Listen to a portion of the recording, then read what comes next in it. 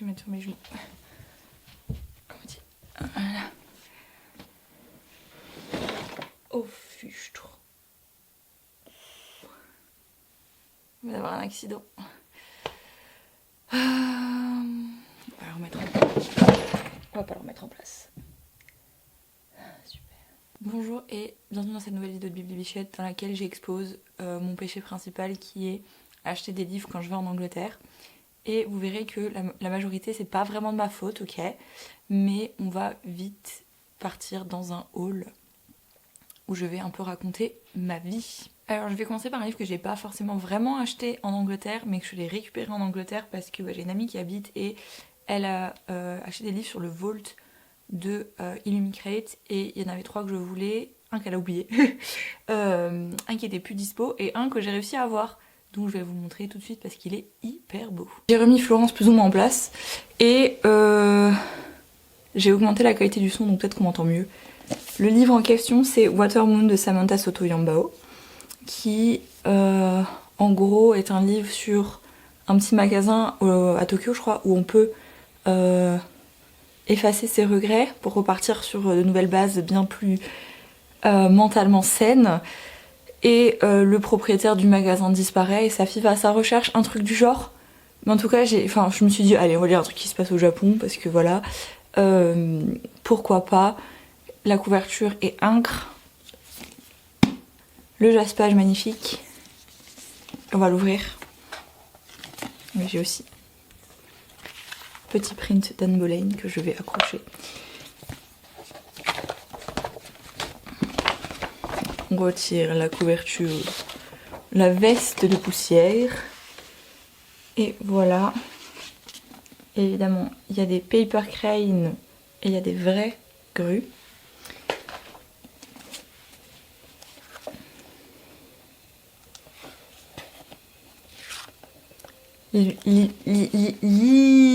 L'édition est vraiment très belle. Bravo Illumicrate, vraiment. Pour 20 livres. Alors ensuite je suis partie pour mon anniversaire donc j'avais un budget livre alloué par mes amis pour mon anniversaire et j'ai pas dépassé le budget mais on a eu quelques petits accidents.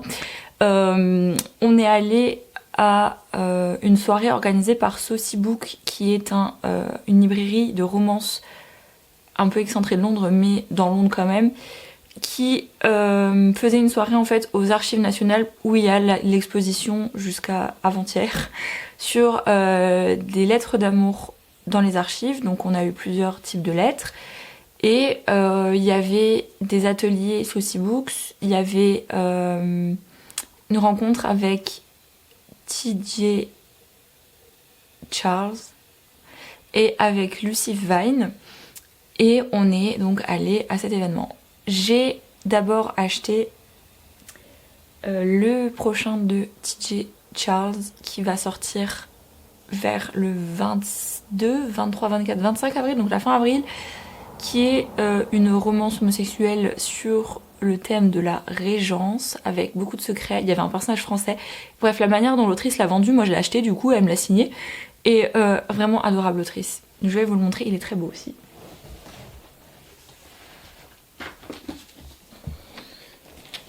Pardon, c'est K.J. Charles, mon cerveau il a confondu avec une autre autrice. C'est How to Fake It in Society, qui est, voilà, j'ai pas ouvert pour voir à quoi il ressemblait sous la touch jacket. Là j'ai gardé ce dont je vous parlerai après. Voilà, il est hyper basique au niveau couverture, mais il est quand même très beau. En gros, c'est deux gars... deux jeunes hommes à la régence qui veulent tous les deux marier la même vieille riche qui n'a pas d'héritier. Et voilà, c'est tout ce que je sais. Et il y en a un qui est français, un espèce d'aristocrate français là qui doit chercher, je sais pas trop quoi, pour trouver sa mère ou sa grand-mère ou sa tante, j'en sais rien, mais ça m'a... Moi, la manière dont elle l'a vendu et comment elle parlait et comment elle expliquait plein de choses, moi ça m'a... Je me suis dit, allez, je vais le signer. Donc je vais l'acheter, je vais le faire signer. Donc je l'ai dédicacé évidemment et pendant la soirée sur le stand de Saucy Books il y avait des livres mystères, donc j'ai pris d'abord Enemies to Lovers. J'aime pas trop ça, attendez, j'ai pris Enemies to Lovers.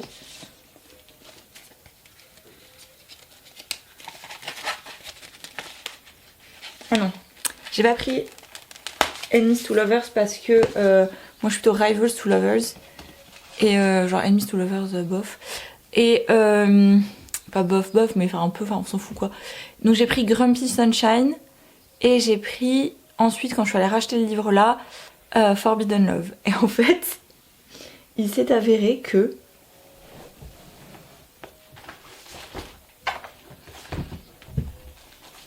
eh bien c'était deux livres de la même autrice. Donc si je les avais ouverts avant, j'aurais pu me les signer. Mais bon, c'est pas très grave.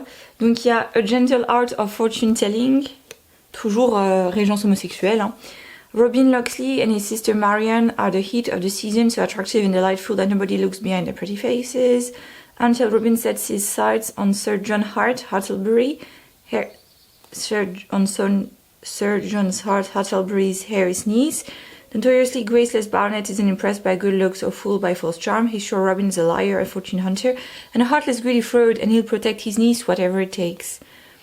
Then just when Hart thinks he has Robin at his mercy, things take a sharp left turn, and as the grumpy baronet and the glib fortune hunter start to understand each other, they also find themselves starting to care more than either of them thought possible. Can a professional rogue earn a less happy ever after?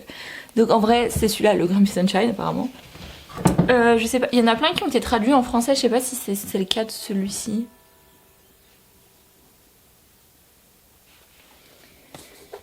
Et il y a donc aussi The Secret Lives of Country Gentlemen, toujours la même personne. A non-worried gentleman and his charming smuggler prince find love amidst skullduggery, danger and murder most foul. C'est le Forbidden Love.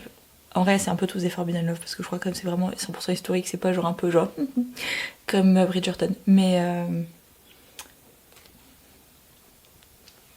voilà, je pense que je commencerai par celui-là, qui me parle quand même un peu plus. Voilà, et l'ami avec qui j'étais a pris le Trop Friends to Lovers, et en fait on a beaucoup rigolé quand on a ouvert le livre. On a ouvert, ouais, le paquet. Parce que c'était Book Boyfriend de Lucy Vine, donc on allait voir juste après. Et en fait elle l'a, et moi je l'ai en numérique, je l'ai acheté avant de partir pour le lire avant d'arriver à la conférence. Et du coup je me retrouve avec Book Boyfriend en physique. Donc c'est sur une jeune femme qui en fait écrit des notes à une autre personne dans son livre préféré à la bibliothèque, et la personne fait exactement la même chose. Un jour il y a sa sœur qui débarque et sa sœur devient plus ou moins obsédée par l'acteur qui joue le personnage principal dans l'adaptation du livre préféré de sa sœur. Et voilà, en gros on s'en rend bien compte que la première sœur échange avec un homme en fait, alors qu'elle pense échanger avec Karen 55 ans. Et voilà, donc il y a tout un moment où ils s'échangent des notes. C'est pour ça que Lucy Vine est venue, parce que c'était autour de la lettre d'amour le thème de l'exposition, donc c'est pour ça qu'elle est venue. Et sa sœur est apparemment hyper timbrée. Elle est très spéciale, la manière dont elle est introduite dans le livre, parce que je suis à 25%. Voilà, même si j'ai une petite idée de ce qui va se passer avec la sœur, puisque honnêtement ce serait hyper bizarre que elle termine avec l'acteur dont elle est fan. C'est très chelou parce qu'à mon avis elle va le stalker et tout, je suis pas là du tout encore, mais voilà.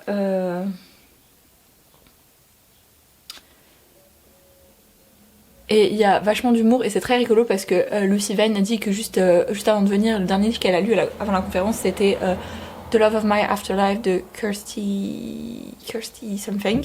C'est un des derniers livres que j'ai lu et que j'avais trouvé hyper décalé. Et le début de ça est très drôle aussi. Enfin vraiment, c'était pas du tout ça à quoi je m'attendais de. En plus c'était dans l'avion, il était 10h30, je suis là, qu'est-ce que c'est que ça mais voilà, c'est un très beau livre. Et pour une fois je trouve que les couvertures personnages sont pas trop dégueulasses. Parce que on va parler d'un juste après, j'ai l'impression d'être sur épisode. Là, vous voyez le jeu où on peut prendre des décisions dans des histoires d'amour. Voilà. On est allé à Leicester samedi 11 et j'ai pas trop dépensé. Il me restait plus beaucoup d'argent dans mon budget, hein. Donc j'ai pas trop dépensé d'argent ni de mes amis ni de moi à Leicester. On est allé à The Works. Si vous savez pas, c'est un magasin qui vend un peu des jouets, de la papeterie et des livres. Et en général, ils ont des super offres. Genre, il y avait l'intégrale du Peuple de l'air de Holly Black pour genre 20 euros ou 25 euros. C'était vraiment pas cher. Il y avait plein d'autres bundles comme ça. Il y avait un bundle de Casey McQuiston pour pas grand chose. Enfin, et il y a souvent des livres avec des offres et des livres qui viennent de sortir. Donc moi, je partais pas pour acheter vraiment de livres là. Et en fait, parmi les livres que je voulais sur Illumicrate, il y avait la version Illumicrate de Under Lock and Key. Et là, on l'a trouvé pour 3 livres. Voilà. En version normale, mais bon, c'est pas hyper grave, qui a pris un peu cher dans mon sac, hein, comme vous pouvez voir. Mais vous imaginez, donc je reviens avec 11 livres dans un petit sac valise cabine et mon sac à dos. Il y avait un peu la crise du logement, quoi. Donc je l'ai terminé, mais je veux pas en parler trop. C'est celui-là dont je vous dis que la couverture fait vraiment épisode. Il y a la couverture, je crois, des reliés qui est un peu mieux, encore dans le même genre de thème, mais ils portent jamais de kilt dans le livre. Jamais. Tout ça, c'est pas dit. C'est l'histoire de Kiana, dont le père vient de mourir. Son père, il est écossais, donc elle retourne dans sa famille en Écosse. Et elle manque de mourir et elle se fait choper par l'Auckland qui l'empêche de crever, littéralement. Et en fait, ils se détestent, vraiment. Et elle vient exprès en Écosse parce qu'il faut qu'elle jette les cendres de son père à la mer, à l'endroit où son père est persuadé d'avoir été sauvé par le monstre du Loch Ness. Voilà, j'en dirai plus dans ma review du livre, mais en tout cas, c'est pour ça que je le voulais, parce que je me suis dit, oh, le monstre du Loch Ness, ça change un peu des vampires, loups-garous et autres créatures, je sais même plus ce qu'il y a d'autre, parce qu'on voit un peu tout le temps la même chose. Donc je me suis dit, allez, ça a l'air rigolo, spoiler, c'était rigolo. Et voilà, pour 3 livres, en vrai, c'est pas non plus... Je sais pas du tout s'il a été publié en français, je crois pas, mais... Donc c'est hyper rigolo parce que lui s'appelle Lachlan, donc c'est le short, enfin Locke c'est son short en gros. Et elle s'appelle Kiana, mais tout le monde l'appelle Ki. Elle s'appelle Ki Make. C'est tout à fait normal. Bref, on passe à l'autre livre que j'ai acheté, à The Works, que j'ai un peu oublié que j'avais acheté, qui a aussi une couverture épisode. C'est La Mode. Donc j'ai acheté Not in My Book de Katie Holt. Avec un petit jaspage mignon pour 5 livres je crois. C'est 2 personnes qui sont rivaux dans un cours de creative writing à la fac. Voilà. Moi honnêtement j'ai pas lu le truc, je l'ai pris en lisant que Two Rival Writers, One Epic Love Story. J'avais pas besoin de plus parce que vraiment Rivals to Lovers c'est mon trope. Tout ce qui est autour de la fac c'est mon trope. Voilà, donc moi je prends. Et apparemment il y a un truc du genre leurs profs, on a ras le cul de les voir se taper dessus tout le temps. Du coup bah ils les forcent à travailler ensemble. Proximité forcée dans le milieu académique. Nous aimons. Voilà, je pense que je vais aimer beaucoup. J'espère qu'il n'y a pas trop de misunderstanding parce que sinon ça va me faire péter un câble. Voilà, je m'attends pas à grand chose, donc je pense que soit je vais être hyper déçue, soit je vais kiffer. Voilà. Flash forward to le début de semaine, on est à Londres, c'est mon dernier jour, je vais au Waterstones évidemment. Si vous êtes jamais allé au Waterstones de Piccadilly, il est énorme. Il y a 4 étages de 100 mètres carrés, il est vraiment énorme et on y a passé au plus d'1 heure je pense. Mais je savais que j'avais plus trop de place donc j'ai dû faire des choix. Si vous connaissez pas Waterstones, il y a souvent aussi des offres à acheter à moitié prix. Et c'est ce que j'ai fait, comme à chaque fois que j'y vais, je profite de l'offre en vrai. Et j'ai acheté des romans d'horreur. Donc en premier, j'ai acheté Witchcraft for Wayward Girls de Grady Hendrix, qui est sur ma liste depuis hyper longtemps. En gros, on va laisser passer le tracteur, qui est peut-être le camion poubelle. C'est un camion poubelle. Et ça se passe dans une maison où on envoie les filles mères dans le temps. Ça se passe dans les années 70. Pour caser leurs enfants secrets et qu'après on les renvoie chez elles en général, j'espère. Et en gros, le personnage principal va trouver un livre de sorcellerie. Et enfin voilà, c'est... Je sais pas si c'est Southern Gothic, mais ça pourrait. Hein. Et il est dans ma liste depuis hyper longtemps. Le titre est en relief. C'est génial. Voilà, donc de base il est à 9,99 comme d'hab et j'ai soit celui-là soit l'autre à moitié prix. Et si vous avez un compte, je vous conseille de faire un compte Waterstone si vous allez si vous allez souvent en Angleterre, enfin au Royaume-Uni, pour acheter des livres, parce que une fois que vous avez dépensé 100 livres, et ben vous avez 10 livres gratos. Et en vrai, ça va hyper vite, hein, parce qu'un livre ça coûte 10 livres à peu près. Donc moi par exemple, si j'en avais acheté 11 à Waterstones, le 11e aurait été gratuit. Même si le temps que le balance, donc les 10 livres que vous avez en crédit, s'affiche sur votre compte, ça prend quelques jours en vrai. Et moi elle m'a dit, do you want to use your 10 pounds? Et j'étais là, oui. Voilà. Donc j'en ai eu pour 4 livres pour 31 livres à la place de 41, ce qui est plutôt une bonne chose, sachant que j'en ai 2 qui coûtaient plus que 10 livres, donc ça va. Et j'ai aussi pris The Buffalo Hunter de Stephen Graham Jones. Si vous connaissez pas ce livre, il a été mis hyper à la mode après Sinners de Ryan Coogler parce que tout le monde voulait des on va dire dans un langage correct, des populations natives américaines chasseuses de vampires, et en fait c'est totalement le thème du livre. Donc moi j'achète, hein. Ça se passe aussi un peu dans le temps, je crois. Donc c'est a blood-soaked and unflinching saga of the violence of colonial America, a revenge story like no other, and the chilling reinvention of vampire lore from the master of horror. Donc en vrai, voilà. Après le fait que ce soit un recommended reading de 2025 de Barack Obama, je m'en tape un peu la fesse, hein. Mais voilà, de l'horreur, super. Et ensuite on va passer dans un thème un peu différent, deux thèmes différents. Le premier, j'ai regardé avec mon amie The Other Bennett Sister, donc évidemment j'ai dû acheter le livre.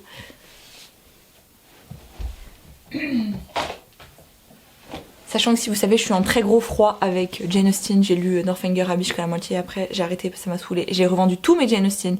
Je n'ai jamais regardé Pride and Prejudice, jamais. Mais j'ai trop aimé la série, donc j'ai acheté le livre qui est un pétard de pavé. Il doit y avoir moins 700 pages là-dedans, si c'est plus. 650. Donc c'est The Other Bennett Sister de Janice Hadlow. Il y a actuellement une série BBC dessus. Je sais pas du tout comment on peut regarder depuis la France. Ce serait bien que ça arrive d'une manière ou d'une autre, mais We Know the Ways. J'ai beaucoup pleuré dans la série. J'ai aussi pleuré de cringe, mais c'était littéralement fait exprès, donc c'est pour qu'on ressente le malaise du personnage principal, donc moi ça me va. Je pense que je vais aussi chialer ma mère en lisant le livre. Peut-être même plus qu'en regardant la série. Ouais, j'adore me faire du mal, c'est incroyable. Et le dernier truc que j'ai acheté, c'est un livre d'histoire, parce que il y a un rayon historique, enfin c'est un étage, un demi-étage entier, un Waterstones de Piccadilly, donc évidemment que j'ai acheté un livre historique. Et c'est est-ce que je vais dire son prénom correctement? Diarmaid Ferriter. A Nation and Not a Rabble. C'est un livre sur la révolution irlandaise, hein, rien de funny, enfin rien de spécial, à part qu'apparemment il y a beaucoup de sources, et du coup c'est ce qui m'intéresse moi, les sources, pour des raisons obvious, vraiment. The book makes impressive use of archival material, witness statements and testimony from the ordinary people who lived and fought throughout those extraordinary times. The person who wrote the book highlights the gulf between rhetoric and reality in politics, the battle to material survival, and the impact of Unionist and Republican leaders. To provide an original account of a crucial chapter in Ireland's story, he also looks at the revolution's legacy and how it's been remembered, restored and celebrated over the past century. Voilà, ça fait déjà beaucoup d'argent. Enfin, ça fait beaucoup d'argent que j'ai pas trop dépensé de ma propre poche, mais ça fait beaucoup d'argent. Sachant que je reviens avec pas grand chose, hein. J'ai acheté un mini Squishmallow. Voilà. Il est rose, il est mignon.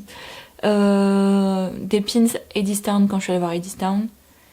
Et on m'a aussi offert un marque-page Richard III parce qu'on est allé, évidemment, vous le voyez, il est juste là. Et il est aussi un à côté. Oh, il s'est un peu cassé la gueule, il y en a un là. Et j'en ai un au rayon Shakespeare, donc juste en dessous là. Je suis hyper dans une relation parasociale avec Richard III, même s'il est mort depuis 500 ans. Voilà. Tout va bien dans ma tête. Mais j'adore Richard III, donc évidemment on allait au musée, au centre pour les visiteurs de Richard III. Ça a été créé construit sur le lieu où ils ont retrouvé son corps sous un parking. Donc c'est sur le parking en fait. C'est en face de la cathédrale, c'est hyper bien fait, ça coûte 13 € et vous pouvez y aller pendant 1 an si vous payez 13 €. Et voilà, vous pouvez accéder à la boutique sans entrer dans le musée. Mais bon, nous, vous voulez aller au musée, donc c'était pas incroyable. Enfin, la boutique, c'est pas ce qui m'intéressait le plus, donc j'ai pas acheté grand chose. En vrai, j'ai déjà plein de trucs, donc je me voyais pas acheter un coussin, quoi. Et j'en suis pas là non plus. Et on peut aussi avoir accès à la cathédrale, mais en vrai, moi, je trouvais ça hyper bizarre d'aller voir, ça tombe. Donc, enfin, je sais pas, ça me paraissait chelou. Donc, je ne suis pas allée voir la tombe de Richard III, mais vous pouvez y aller. Il faut juste faire en sorte que ce soit pas un jour où il y a une messe, parce que sinon, c'est un peu compliqué. Sinon, on est aussi à la Derby. Et ben, franchement, je vous conseille d'aller à Derby, c'est une ville hyper mignonne, vraiment. Et je n'ai rien acheté à Derby, à part une polaire parce qu'il faisait hyper froid. C'est un truc de fou, je suis allée plusieurs fois au mois d'avril en Angleterre, il a jamais fait aussi froid. C'est un truc incroyable, vraiment. Je ne comprends pas ce qui s'est passé. Évidemment, le jour où je suis entrée, il faisait chaud. Donc voilà, si je vais terminer, je dirais faites la carte Waterstones si vous comptez acheter des livres un jour en Angleterre. Allez regarder Hadestown parce que c'était vraiment hyper bien. Et je suis allée pour Bethany Antonia, je suis restée pour le plot et les chansons. Même si j'ai énormément rigolé du personnage de Hades, qui était vraiment le pimp italien ultime. Et regardez L'autre sœur Bennett si vous ne lisez pas le livre. D'ailleurs, je pense que L'autre sœur Bennett est sortie sur ce livre-là en français. Hein. Je pense qu'il y a une version française. Attendez, je vais vérifier sur Goodreads. Non, sur Storygraph.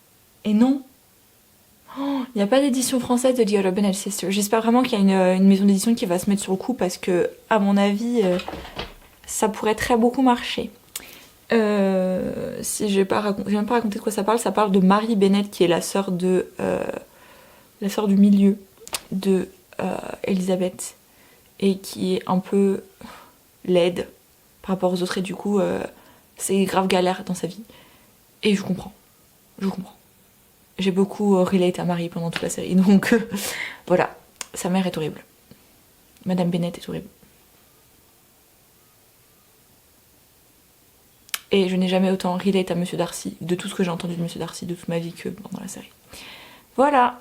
Donc on va s'arrêter là, c'est déjà pas long, ça va déjà faire 25 minutes, donc en vrai, plus le temps où il y a tout qui tombe là. Donc bon, je vous invite donc évidemment à me rejoindre ici et sur TikTok, parce que parfois je poste des trucs, parfois. Et je vous dis, comme d'habitude, laters gators.